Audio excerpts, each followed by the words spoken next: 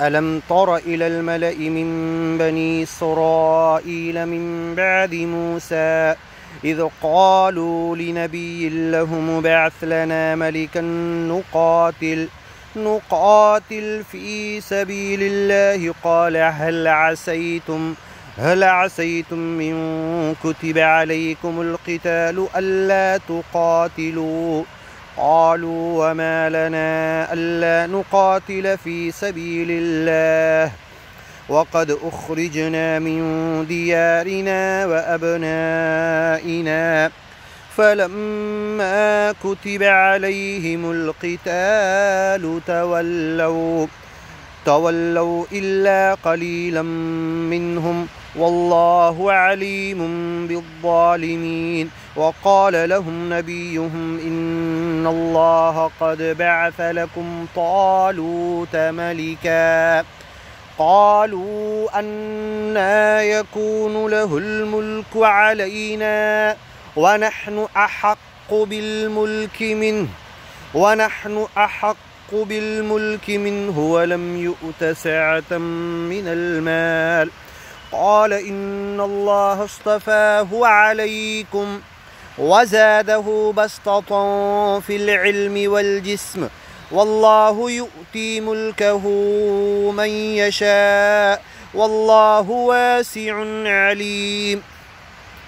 وقال لهم نبيهم إن آية ملكه أن يأتيكم التابوت فيه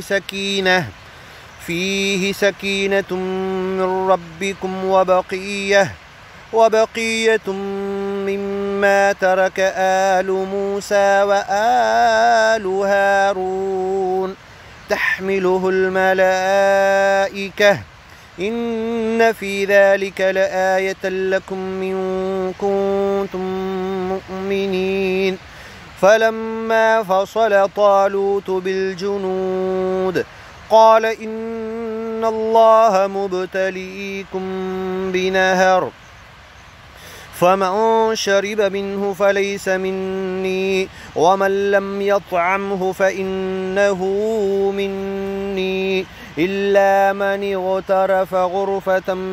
بيده فشربوا منه إلا قليلا منهم فلما جاوزه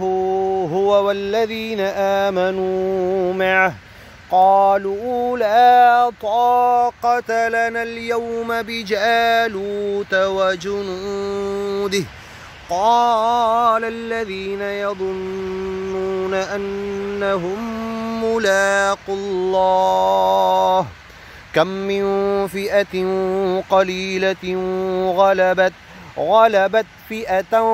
كثيرة بإذن الله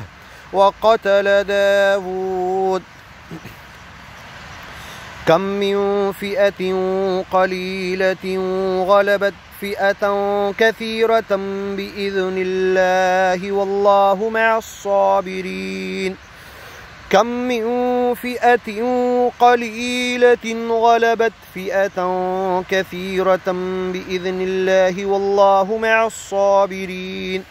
ولما برزوا لجالوت وجنوده قالوا ربنا أفرغ علينا صبرا وثبت أقدامنا وانصرنا على القوم الكافرين فهزموهم بإذن الله وقتل داود جالوت وآتاه الله الملك والحكمة وعلمه مما يشاء ولولا دفع الله الناس بعضهم ببعض لفسدت الأرض ولكن الله ذو فضل على العالمين. تلك آيات الله